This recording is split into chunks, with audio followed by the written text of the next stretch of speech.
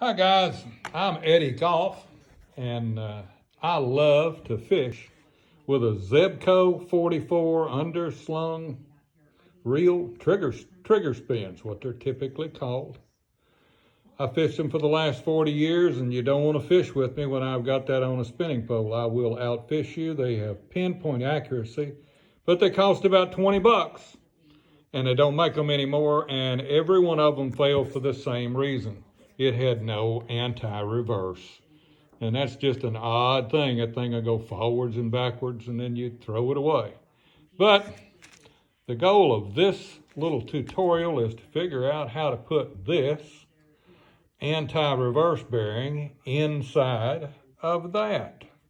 It requires this set of numbers right here.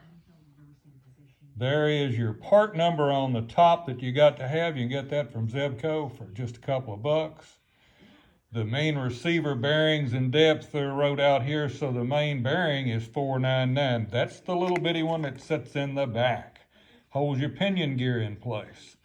Your cutting head's got to be 479 or maybe a touch bigger. I've made about a dozen of them, and that's the point of this video. I've made that many by hand and more. So here's how this works. You take your reel, and you've got to have a precise diameter on it. You hook it up in your turning lathe. That's what I'm using here.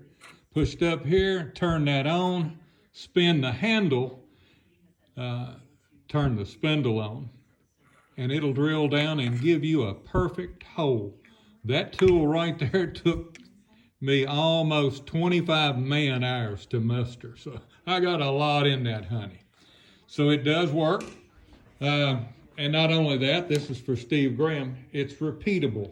When you're done, you literally drop this bearing in this hole, this anti-reverse, and it'll drop right in there and set. Slick as a ribbon. You can take this head bearing back over here. It'll drop right back in the same hole. Look at that. It works. It fits. You're in there. Put your pinion back in it.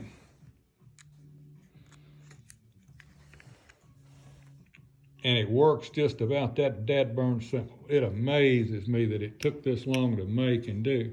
But it works well. I am pleased.